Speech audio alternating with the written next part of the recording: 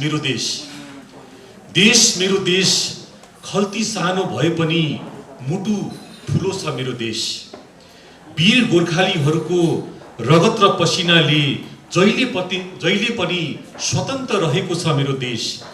प्रकृतिको कारण कृषिमा रमाएको छ मेरो देश।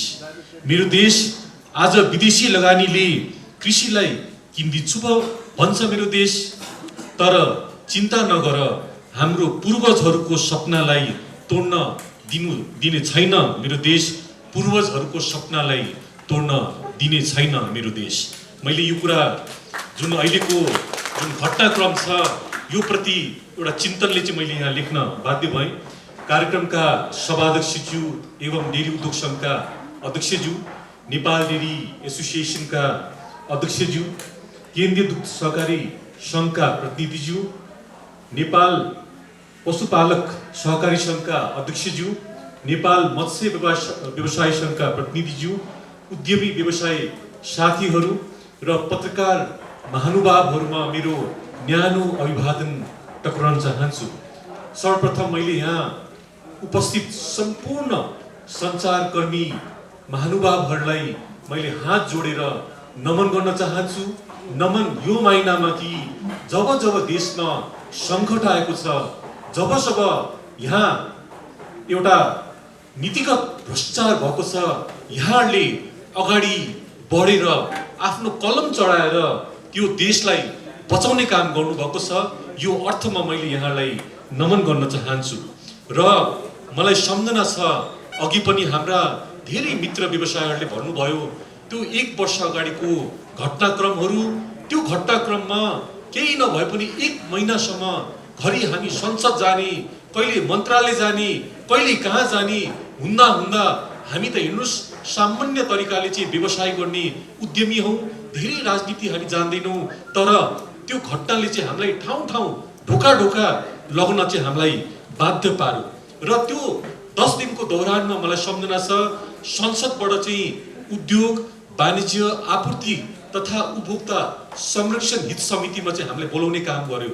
र त्यहाँ पक्षका विपक्षका सम्पूर्ण सांसदज्यूहरूले हामीलाई सोध्नुभयो किन त तपाईँहरूलाई चाहिँ विदेशी लगानीको आवश्यकता छैन। अनि अघि हाम्रो अर्निकोजीले भन्नुभयो जस्तो हामीले हरेक कुरा उहाँहरूलाई चाहिँ हामीले सम्झायौँ किन त विदेशी लगानीको आवश्यकता छैन। किन कृषि क्षेत्र जस्तो दुध भनौँ, माउरी भनौँ, माछा भनौँ, आज 85 अर्ब भन्दा बढीको लगानी छ।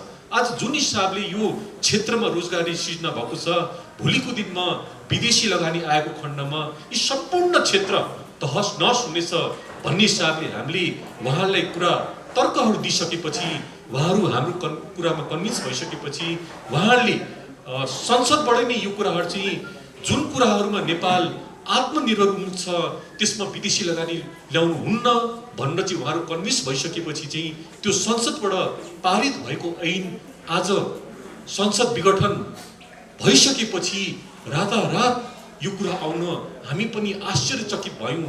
र त्यसपछि हामीले एक आपसमा चाहिँ सल्लाह गऱ्यौँ यो के हो त। किनभने एकातिर हामी चाहिँ सुन्छौँ संसद विघटन भइसकेपछि चाहिँ कुनै पनि निर्णय गर्नका निमित्त चाहिँ पर्खिनु पर्छ, कुर्नु पर्छ। तर किन यस्तो भयो भने हामी अचम्म पर्यौँ र हामीले धेरै तहहरूमा हामीले बुझ्दै जाँदाखेरि चाहिँ हामीले के भयो भने यो चोर बाटो किन यो इस्तेमाल भएको रहेछ भने केही व्यक्तिहरूको चाहिँ नेपालको कृषि क्षेत्रलाई तहस नहस गरेर चाहिँ यहाँ लगानी गर्ने एउटा उहाँको नियत हामीले चाहिँ पाएका छौँ। त्यही भएर चाहिँ मैले यहाँ धेरै समय लिन, सभापतिज्यूले पनि भनिसक्नु भएको छ, नेपाल डेरी एसोसिएसनको अध्यक्षज्यूले पनि भनिसक्नु भएको छ, हाम्रो अर्निकोराज भण्डारीज्यूले पनि आफ्नो प्रेजेन्टेसन मार्फत धेरै कुरा भनिसक्नु भएको छ। मैले रिपिट गर्न चाहिनँ, मात्रै मैले के निवेदन गरेँ भने आज नेपालमा भारत र श्रीलङ्का पछि चाहिँ दुग्ध क्षेत्र र अरू कृषि क्षेत्रले राम्रो सम्भावनाहरू बोकेको छ। लाखौँ मान्छेहरूले चाहिँ रोजगारी पाएको छ, 85 अर्बको लगानी भइसकेको छ र नीतिगत तहमा सरकारले हामीलाई अझै पनि साथ दिएको खण्डमा अझै पनि हामी गर्न सक्छौँ भन्ने मलाई विश्वास छ। त्यही भएर चाहिँ यस्तो किसिमको परिघटनाले चाहिँ हामी उद्यमीहरू चाहिँ बेरोजगार भएर चाहिँ हामी पनि भोलिको दिनमा चाहिँ त्यही कतारको लाइनमा चाहिँ जान हामी विवश हुनेछौँ। पक्कै पनि सरकारले यो कुराहरूलाई चाहिँ गम्भीरतापूर्वक हेरेर मलाई सम्झना छ डाक्टर रामवरण यादवले चाहिँ संविधान घोषणा हुँदाखेरि चाहिँ सौभाग्य मैले प्राप्त गरेको थिएँ। म पनि त्यो संविधान को बेलामा म पनि त्यहाँ थिएँ। त्यो बेला उहाँले के भन्नुहुन्थ्यो भने यो संविधान हाम्रो हो र सबै सापेक्ष यसलाई परिमार्जन गर्न सकिन्छ भन्ने उहाँले शब्द प्रयोग गर्नुभएको थियो। यो त एउटा जुन हिसाबले अहिले आएको छ राजपत्रमा, यो राजपत्र हाम्रो हो। सरकारले पक्कै पनि यो कुरालाई चाहिँ मनन गरिकन यसलाई फिर्ता गर्नुहुन्छ। गुठी विधेयक पनि फिर्ता नभएको होइन। त्यही भएर चाहिँ हामी सडकमा गएर टायर बालेर यस्ता कामहरू हामी जान्दैनौँ। हामी शिक्षित वर्गका व्यक्तित्वहरू पर्यौँ। त्यही भएर चाहिँ सरकारले यसलाई मनन गरेर फेरि पनि फिर्ता गरेर चाहिँ हामीमा एक किसिमको एउटा आत्मविश्वास जुन अहिले ढल्किँदो क्रममा छ त्यसलाई जगाउनुहुन्छ। र पत्रकार महानुभावहरूले जुन हिसाबले हामीले हरेक समयमा उनीहरूले साथ दिनुभएको छ, फेरि पनि साथको अपेक्षा राख्दै आइदिनु भयो, त्यसको लागि आभार व्यक्त गर्न चाहन्छु। धन्यवाद। धेरै कुराहरू आइसके र देशको वस्तुस्थितिको विषयमा अरनिको राज भण्डारीजीले जुन डाटा सहितै प्रस्तुत गर्नुभएको छ। अब त्यही धेरै कुराहरू त्यसैमा आइसकेको छ। म केही कुराहरू मात्रै यहाँ थप्न गइरहेको छु समयको पाबन्दीलाई पनि गर्दै। विशेष गरी केन्द्रीय दुग्ध सहकारी सङ्घ भन्ने बित्तिकै देशैभरिका अहिले 63 जिल्लामा चाहिँ सहकारी संस्थाहरू छन्। ती 63 जिल्लाका 1800 भन्दा माथि सहकारी संस्थाका 6,50,000 भन्दा बढी चाहिँ प्रत्यक्ष सेयर सदस्य रहेर चाहिँ दैनिक अहिले करिब 7 लाख लिटर चाहिँ दुध सङ्कलन गरेर देशका विभिन्न उद्योगहरूलाई बिक्री गर्दै आइरहेको र 40 भन्दा बढी आफैले उद्योग सञ्चालन गरिरहेको कुरा म यहाँ जानकारी गराउन चाहन्छु। सहकारी संस्थाहरूले नै अहिले 40 वटा भन्दा बढी चाहिँ आफैले उद्योगहरू सञ्चालन गरिरहेको छ। र जुन अहिलेको यो समस्या भनेको उद्योगीको लागि मात्रै होइन र यो उत्पादक किसानदेखि लिएर यो सबै क्षेत्रमा नै यो क्षेत्रलाई नै समस्या भएको कुरा चाहिँ म जानकारी गराउन चाहन्छु र यहाँहरूले राख्नुभएका कुराहरूमा ऐक्यबद्धता पनि जनाउन चाहन्छु। र विशेष गरी दुग्ध क्षेत्र भन्ने बित्तिकै किसानको एउटा गोठदेखि विभिन्न चरण पार गर्दै उपभोक्ताको ओठसम्म आइपुग्दा 100औं चरणहरू पार गर्नुपर्छ र यसका सबैभन्दा बढी चाहिँ चुहावट हुने क्षेत्र र यो चाहिँ पार गर्नुपर्ने क्षेत्र र तत्कालै बिग्रिने क्षेत्र र असाध्यै संवेदनशील क्षेत्र हो र सबैको लागि चाहिने फेरि विषय पनि हो। एउटा बालकदेखि वृद्धसम्म सबैलाई चाहिने चिज दुध भएको हुँदा यसलाई अरू विषयभन्दा अझ बढी चाहिँ गम्भीरतापूर्वक लिनुपर्छ भन्ने कुरा मैले यहाँ राख्न चाहेँ। र जुन खालको अहिलेको अवस्था सिर्जना भयो यो असाध्यै गम्भीरतापूर्वक हामीले लिनुपर्छ र विशेष गरी हामीले पनि केन्द्रीय सङ्घले चाहिँ यसलाई के गर्ने भनेर चाहिँ अझ ठोस निर्णय हामीले गर्नै बाँकी पनि रहेको छ। भोलि हाम्रो चाहिँ वार्षिक साधारण सभा पनि छ, 27औं वार्षिक साधारण सभा। अझ ठोस निर्णय भोलि पनि केन्द्रीय सङ्घले गर्ने कुरा पनि म यहाँ चाहिँ अनुरोध र जानकारी गराउन पनि चाहन्छु। विशेष गरी हामीले अब यसलाई आन्दोलनमा जानुपर्ने अथवा वार्ता संवाद के हो त त्यो विषयमा थप कार्यक्रमहरू चाहिँ हाम्रो भोलिको साधारण सभाबाट पनि निर्णय हुने कुरा पनि मैले थप कुराहरू यहाँ जानकारी गराएँ। र अब अहिलेको अवस्थामा हामी लगभग दुधमा आत्मनिर्भर भइसकेका छौँ। अहिले डाटा आइसकेको छ र अब हामीले भएको दुधलाई कसरी चाहिँ यो प्रोडक्टहरूमा बाइ प्रोडक्ट उत्पादन गर्ने र उपभोग कसरी बढाउने भन्ने खालको चाहिँ एउटा चिन्ता गरेर त्यो त्यतातिर ध्यान जानुपर्ने र सरकारले चाहिँ त्यो व्यवस्थापन गर्नको लागि चाहिँ अहिलेको चाहिँ हाम्रो मागको रूपमा रहेको त्यो रहेको छ। कसरी चाहिँ उत्पादन भएकोलाई चाहिँ दुधलाई चाहिँ यसलाई बाइ प्रोडक्ट बनाएर चाहिँ उपभोक्ताबाज कसरी चाहिँ सर्वसुलभ रूपमा पुर्याउने, विदेशीको दाजुमा चाहिँ त्यो प्रोडक्टहरू कसरी चाहिँ उपलब्ध गराउने भन्ने विषय अहिलेको चाहिँ विषय हुनु पर्थ्यो भन्ने लाग्छ र यो विषय हाम्रो अहिलेको महत्त्वपूर्ण विषय पनि हो। उत्पादन भएको दुध अहिले यो कोरोनाको बेलामा भन्ने हो भने 50% दुध चाहिँ खेर गयो। त्यति त्यो सहेर किसानहरूले यो व्यवसायलाई अझ टिकाइराखेका छन् र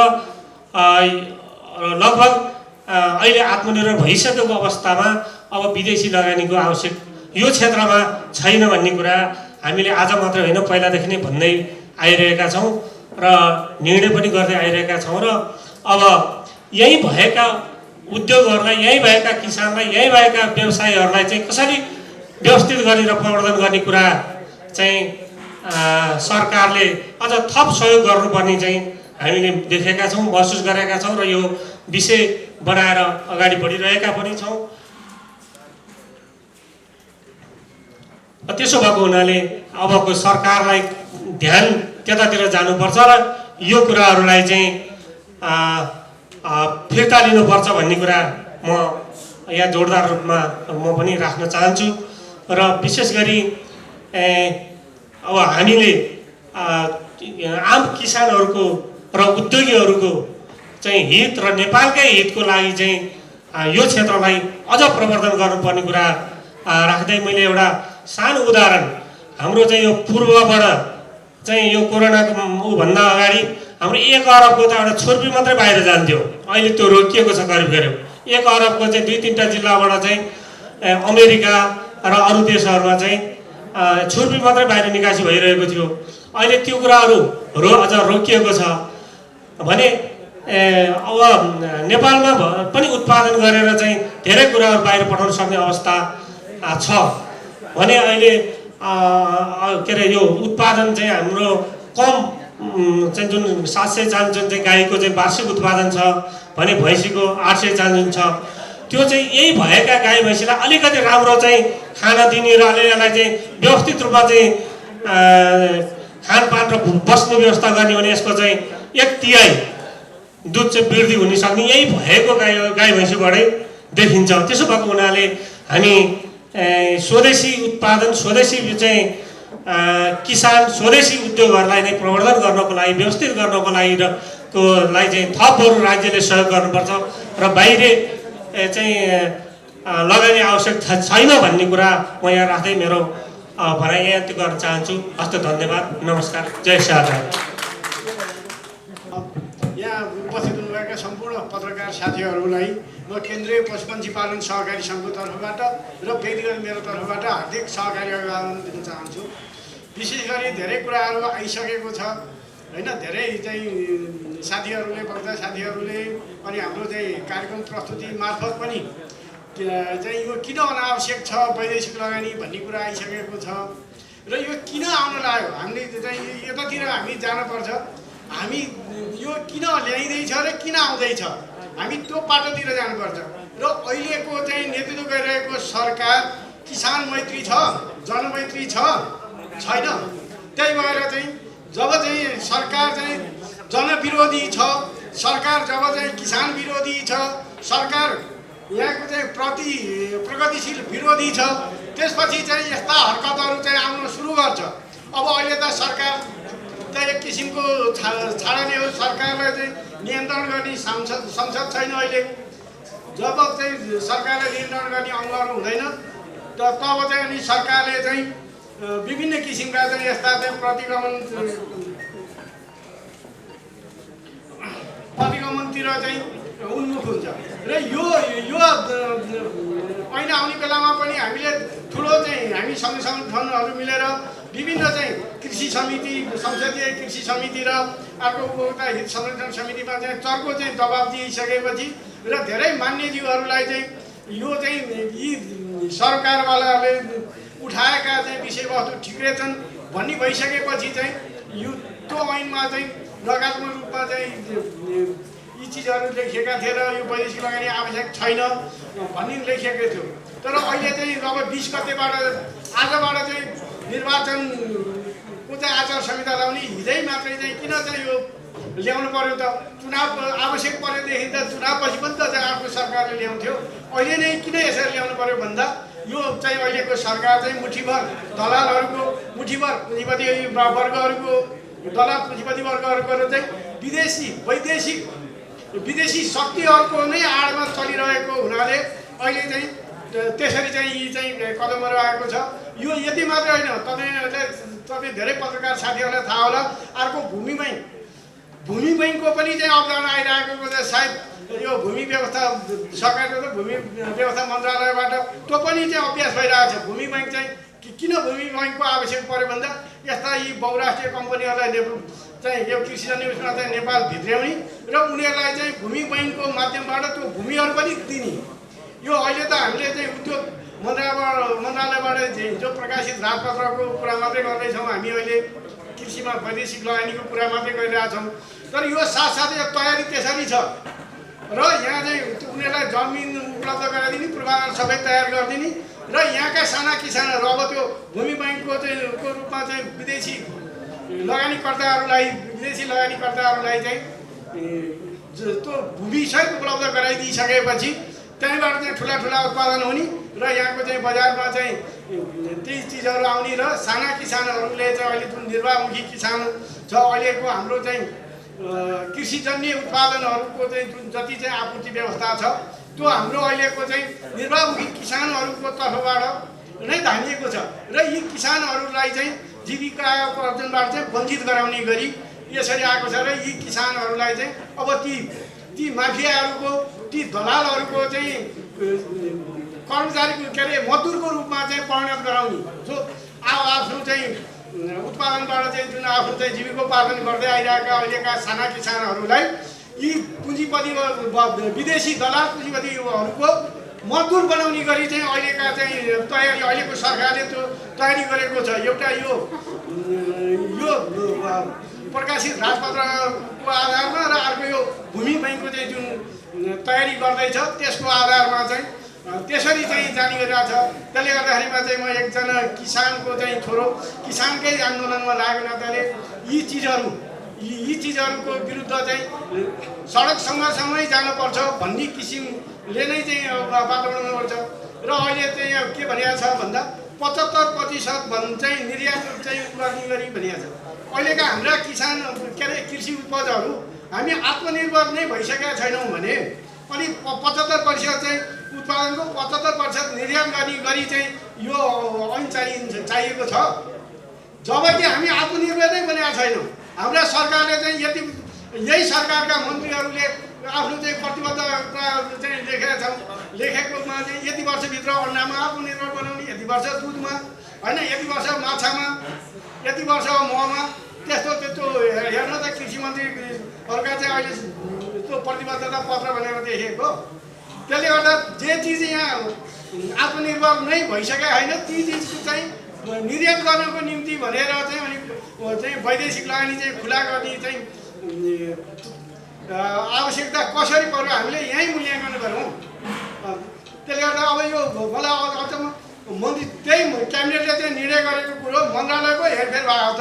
पद्मा अर्याल चाहिँ हिजोदेखिको क्याबिनेटमा होइन, मैले कान्तिपुर यहाँ पढेको म भर्खर मन्त्रालय सम्हाल्न लागेकोले नै बुझ्दैछु होइन। त्यही क्याबिनेटले चाहिँ निर्णय गर्ने उहाँ आफै उपस्थित क्याबिनेटले अनि बुझ्दै गर्नुपर्छ। अनि त्यो भूमि बैङ्कको अवधारणा चाहिँ आफै मन्त्री भएर चाहिँ आफ्नै निर्णयबाट चाहिँ अघि बढाइदिने।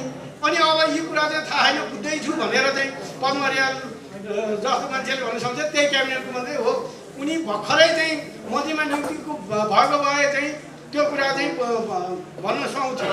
तर एउटै क्याबिनेटमा चाहिँ दुई वर्ष त्यही बसेको छ, त्यही क्याबिनेटले चाहिँ यो निर्णय गरेर राजपत्रमा निकालेर चाहिँ म बुझ्दैछु भन्ने यस्तो गैर जिम्मेवार चाहिँ अभिव्यक्तिहरू चाहिँ हाम्रा चाहिँ मन्त्रीहरूको आइरहनु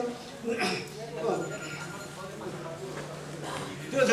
र अर्को कुरा चाहिँ अब हाम्रा चाहिँ उद्योगीहरू के त यहाँ नेपालमा चाहिँ कृषिजन्य उद्योगहरू नभएर कृषि उत्पादनले चाहिँ प्रशोधन नपाएर फेरि वैदेशिक लगानी चाहिएको त भन्दा 50% अहिले भएका उद्योगहरू 50% क्षमतामा मात्रै चाहिँ चलेका छन्। 50% त अझै चाहिँ हामीले त 50% त चाहिँ उपभोक्ता नपाएर अथवा चाहिँ कच्चा चाहिँ माल नपाएर चाहिँ बन्द चलाउन सकेका छैनौँ भन्दै गर्दा अनि वैदेशिक चाहिँ लगानी चाहिँ के को निम्ति आवश्यक पर्ने, जबकि यहीँ स्वदेशी उद्योगीहरूले लगानी गरेकै उद्योगहरूमा चाहिँ 50% त चाहिँ अझै चाहिँ अहिले उत्पादन भइरहेको भन्दा अझ 50% थप भयो भने पनि हामी उत्पादन गर्ने क्षमता राख्छौँ भन्दै यो त्यो आवश्यकता नै थिएन। यो विषयमा चाहिँ मलाई चाहिँ अलिकति यो पत्र पत्रिकामै पढेको मैले। अब यो पहिला चाहिँ नेपाल सरकारले पाम आइललाई चाहिँ सहुलियत दिन्थ्यो अरे होइन। अनि यो पाम आइल चाहिँ यहाँ नभएको अन्तबाट ल्याउने अनि यहाँ लेबलिङ गरेर चाहिँ इन्डिया पठाउने, त्यो कुरो थाहा पाएपछि त्यो पाम आइल चाहिँ इन्डियाले चाहिँ बन्द गरेपछि अहिले भटमासको तेल चाहिँ निर्यात हुन्छ। अनि त्यो भटमास चाहिँ हामी कहाँ चाहिँ अरू देशबाट चाहिँ भटमास यहाँ आउने अनि यहाँ नेपालमा चाहिँ उत्पादित भनेर फेरि चाहिँ बाहिर जाने, यस्तै फेरि यो अन्य उसमा पनि यही किसिमको हो कि नभने हाम्रो उत्पादनले चाहिँ धानी के अरे हाम्रो उत्पादनहरूको चाहिँ यहीँ चाहिँ उद्योगीहरूले चाहिँ धानी गरिरहँदा हामी चाहिँ यो कृषिजन्य उत्पादनमा चाहिँ हामी आत्मनिर्भर नभइरहँदा अनि निर्यात गर्नु चाहिँ 75% निर्यात गर्ने गरी वैदेशिक लगानी भित्र्याउने कुन सरकारको चाहिँ जुन किसिमको चाहिँ यो कदम छ, यो कदम विरुद्ध केन्द्रीय पशुपन्छी पालन सहकारी सङ्घ, यसमा आबद्ध चाहिँ किसानहरू र यसमा चाहिँ लाग्ने चाहिँ सम्पूर्ण तबकाहरू चाहिँ यसको विरुद्ध रहने चाहिँ म यहाँ प्रतिबद्धता व्यक्त गर्न चाहन्छु। र चाहिँ धेरै कुराहरू चाहिँ धेरै साथीहरूले भनिसक्नु भएको छ र यो सरकार चाहिँ कति किसान चाहिँ विरोधी छ भन्ने कुरा आफ्नो बिक्री गरेको मूल्यको निम्ति चाहिँ माग गर्दाखेरिमा चाहिँ ज्यानै गुमाउनु पर्यो। हाम्रो किसान चाहिँ नारायण यादव होइन, सबै तपाईँहरूले गर्नुभयो होला। र कस्तो सरकारको मन्त्री भनेदेखि कारबाही नगर्न, पैसा किसानको पैसा ठगी गर्ने, किसानलाई चाहिँ पैसा नदिने, उद्योगीहरूलाई चाहिँ कारबाही नगर्न, पक्राउ नगर्न मलाई आदेश छ भन्ने मन्त्री, यही मन्त्री यहाँ हामीले उद्योग मन्त्रीको चाहिँ भनेको छैन। मलाई चाहिँ आदेश छ पक्राउ नगर्ने, उसलाई आदेश दिन सक्ने, मन्त्रीलाई आदेश दिन सक्ने भनेको को छ यो देशमा? छ भने प्रधानमन्त्री छ। मन्त्रीलाई चाहिँ कारबाही नगर। आज तपाईँहरूले कुरा गर्नुहुन्छ, आज लकडाउन हामीले 1 करोड लिटर पाउडर बनायौँ, जबकि 30-40 लाख लिटर पाउडर बनाइरहेकोमा हामी 1.5 करोड लिटर पाउडर बनायौँ। त्यो पाउडर बनाउँदा यो अवस्थामा त भारत पनि थियो नि त, भारतमा पनि त यही अवस्था आएको हो नि। त्यहाँको पनि होटल बन्द छ, त्यहाँको पनि रेस्टुरेन्ट बन्द छ, त्यहाँको पनि क्याटरिङ बन्द छ। यो समयमा भारतमा पनि दुध बढी भएको अवस्था हो। तर आज खै त सरकारले एन्टी डम्पिङ एक्ट खै 1 वर्ष झन्डै 7 महिना भइसक्यो। अहिले 1 वर्ष अगाडि उत्पादन भएको पाउडर अहिले एक्सपायर हुनलाई भनौँ न 5-7 महिना बाँकी छ। त्यहाँ एन्टी डम्पिङ एक्ट लगाउनु पर्दैन थियो। यदि त्यहाँ अनुदान दिएको छ, त्यहाँ कर मिना गरेको छ, त्यहाँ इन्ट्रेस्टमा सब्सिडी दिएको छ भने त्यहाँ काउन्टर भ्यालिङ एक्ट लगाउनु पर्दैन थियो। आज हेर्नुहोस्, हाम्रो anti dumping act, countervailing act बल्ल नियमावलीमा छ। अनि हाम्रो उद्योगीलाई विदेशी उद्योगसँग प्रतिस्पर्धा गर भनेर छाडा छोडेर यो त सरासर के भने एउटा भनौँ न यहाँको स्वदेशी उद्योगीलाई हराशय पार्ने नै हो है। र तपाईँले आज हेर्नुभयो भने अमुलको कुरा गर्नुभयो, विभिन्न डेरी प्रडक्टहरू यहाँ आयात हुन्छ। हामीले बार आन्तरिक राजस्वलाई भनिरहेछौँ। आइसक्रिम आउँछ, कसरी आउँछ? आइसक्रिम हाम्रो एउटा आइसक्रिम बिक्री हुन्छ 40 रुपियाँमा, त्यहाँ मूल्याङ्कन छ 5 रुपियाँ। 5 रुपियाँमा उसले 25% ट्याक्स लगाएर 1 रुपियाँ ट्याक्स लगाएर आउने। अनि यहाँको 40 रुपियाँको आइसक्रिममा प्रतिस्पर्धा गर भनेर आज बजारमा अमुल आउन सक्दैन। हामीले उद्योगीहरूले बार भनिरहेछ कि आज विभिन्न प्रडक्टहरू त्यसरी अन्डर इन्भोइसिङ भएर होइन, अन्डर भ्यालुएसन भएर आइरहेको अवस्था छ। त्यो सरकारले राम्रोसँग बुझिसकेको अवस्था छैन। त्यसैले यस्तो कुराहरूमा जबसम्म ध्यान दिँदैन स्वदेशी लगानी सुरक्षित हुँदैन। आदरणीय पत्रकार महानुभावहरू, हाम्रो आदरणीय न्युज 24 को सर हाम्रो नवराज चालिसेजीले प्रश्न उठाउनु भयो। हिजो मात्रै उहाँ मन्त्रालय गए, हाम्रो सम्बन्ध मन्त्रालय, यो कृषि तथा पशुपन्छी विकास मन्त्रालय र त्यहाँका सम्बन्धित मान्छेसँग मैले, अब उहाँ आधिकारिक मान्छे हुनुहुन्छ, मिडियाकर्मी हुनुहुन्छ, मिडियामा केही न्युज कलेक्ट गर्ने हिसाबले जानुभयो होला र उहाँले क्वेसन गर्नुभयो। यहाँ तपाईँहरूले अब समग्र कृषिको प्रायोरिटी सेक्टरमा जुन एफडिआई भित्राउने कुराहरू आयो, यसको वास्तविकता के हो त भनेर बुझ्न जाँदा उहाँकै मुखबाट अहिले प्रस्तुत भएअनुसार चाहिँ मन्त्रालयको सम्बन्धित व्यक्तिले हामीले कृषिमा भनेर भेगमा ओभरअल सबै सेक्टरलाई होइन र कृषिका केही हाम्रा बाँझो रहेका भूमिका माटो परीक्षण र हाम्रो पशुको चाहिँ स्वास्थ्य सम्बन्धी उसमा मात्रै हामीले एफडिआई भित्राउन लागेका हौँ भन्ने जुन जवाफ मैले पाएँ भनेर उहाँले भन्नुभयो। मलाई साँच्चीकै एउटा हाँसो पनि उठ्छ। आदरणीय हाम्रो सुरेश के नवराज चालिसेसालाई म पुनः यहाँलाई के आग्रह गर्न चाहन्छु भने आजै तपाईँसँग क्यामेरा अलरेडी साथमा होला, अहिले गएर तपाईँहरूले यस्तो भन्दै आज राति नै निक्लिएको जुन राजपत्रमा चाहिँ यो सबै कृषि सेक्टरलाई चाहे डेरी होस्, चाहे फलफुल होस्, तरकारी होस्, पोल्ट्री होस्, फिसरी होस्, माउरी होस्, सबैमा तपाईँहरूले चाहिँ यो खुला गर्ने नीति के आधारमा ल्याउनु भयो भनेर सोध्नुभयो भने पक्कै त्यो जवाफ यहाँबाट पाउने हुनेछ भन्ने पनि म अनुरोध गरेँ। र होइन एकजना हाम्रो पत्रकार महोदयले उठाउनु भयो अमुलको एकदमै यो चाहिँ बिक्री कक्षहरू हेर्दा त्यसको प्रडक्ट हेर्दा एकदमै उत्कृष्ट छ, साँच्चीकै क्वालिटी योग्य छ र कम मूल्यमा पनि पाउन सकिन्छ भन्ने जुन कुराहरू गर्नुभयो यो एकदमै यहाँले सरफेसमा बुझ्दा त्यस्तो होला। जसको क्वालिटी मापन कसले गरेका छौँ हामीले कुन चाहिँ डिपार्टमेन्टलमा स्टोरमा गएर चाहिँ हाम्रो खाद्यले त्यसको स्याम्पलिङ लिएर परीक्षण गरेका छ। हामीले बार हामीले डिएफटिक्यूसीको डिजीसँग बसेर कुरा गर्दा हामीले हाम्रो जति स्वदेशी उद्योगमा मात्र यहाँ चाहिँ कहिले कोलिफर्मका कुराहरू आउँछ, कहिले क्वालिटीका कुराहरू आउँछ। हामी दावाका साथ भन्न सक्छौँ नेपालमा उत्पादित हाम्रा उद्योगले उत्पादन गरेका प्रडक्टहरू त्यो अमुलका कुनै पनि उत्पादनसँग हामीले प्रतिस्पर्धा गर्न सक्छौँ र कुनै पनि हालतमा तिनीहरूको भन्दा हाम्रो क्वालिटी कम छैन भन्ने कुरा पनि म यहाँ अनुरोध गर्न चाहन्छु।